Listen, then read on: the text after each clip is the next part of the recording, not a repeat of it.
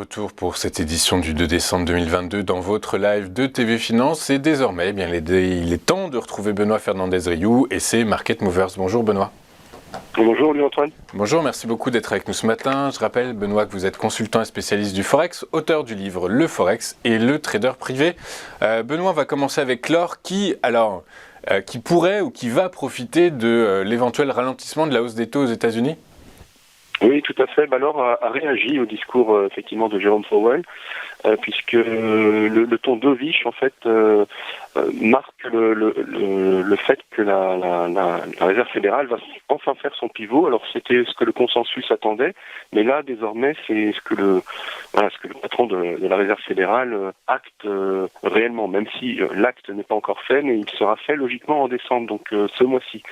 Donc on va avoir un ralentissement des hausses de taux qui pourrait débuter en décembre. On s'attendait à un consensus à 50 points de base au lieu de 75. Et là, désormais, on va être partagé entre 50, voire même peut-être 25 points de base. Ça dépendra des derniers chiffres macroéconomiques. Et alors, l'or a réagi à cette, entre guillemets, bonne nouvelle, mais a réagi différemment que la logique, puisque normalement, c'est une devise de réserve, une matière première de réserve, un indice de réserve. Et l'or, plutôt que de baisser, a profité de cette annonce et s'est établi clairement au-dessus des 1800, comme on l'anticipait ensemble sur votre antenne la semaine dernière. Donc là, on est clairement autour des 1810, 1815 au moment où on parle. On est au-dessus des 1800 comme prévu. Et c'est une borne technique que l'on voit bien sur le graphique, qui est une oblique haute, qui arrête les cours à la faveur d'un effet de résistance. Donc ça va être difficile d'aller bien plus haut. Et si d'aventure on cassait cette résistance, à ce moment-là, on pourrait tenter de, alors pas forcément toucher les 1900, mais de rejoindre tranquillement les 1900. Mais pour l'instant, nous n'y sommes pas.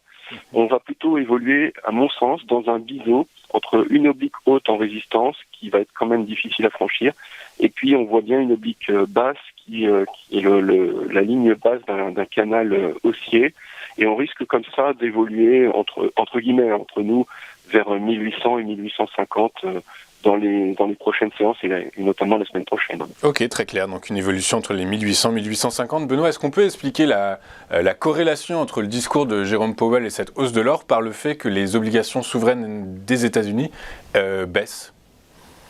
En réalité, c'est surtout que ça a profité à la baisse de l'euro-dollar et donc de fait du dollar américain en fait, à la hausse de l'euro-dollar et donc de la baisse du dollar américain et de fait le reste du monde qui n'est pas en dollars a plus entre guillemets de potentiel pour acheter de l'or et l'or, comme de toute façon les nuages ne sont pas encore totalement écartés, même si la Réserve fédérale donne des bons signes, notamment dans le reste du monde, notamment en Europe, on peut continuer à avoir des craintes et donc on a eu des achats d'opportunités en fait sur l'or à la faveur donc d'une baisse du dollar américain puisque l'or est coté en dollars.